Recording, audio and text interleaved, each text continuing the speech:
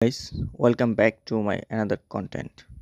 Today I am going to show you how to remove or delete your inactive Facebook friends. So don't waste your time. So let's get started. First of all, open your Play Store app and then update your Facebook official apps. Search here Facebook. If your Facebook app already updated, so tap on open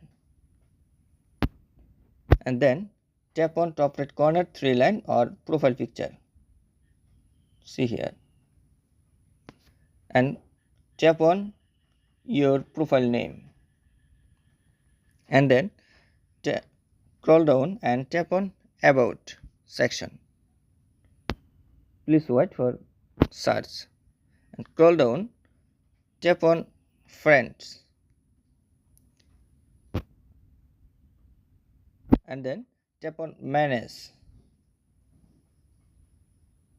and tap on first option, a list interacted with. Please select first friend and tap on unfriend.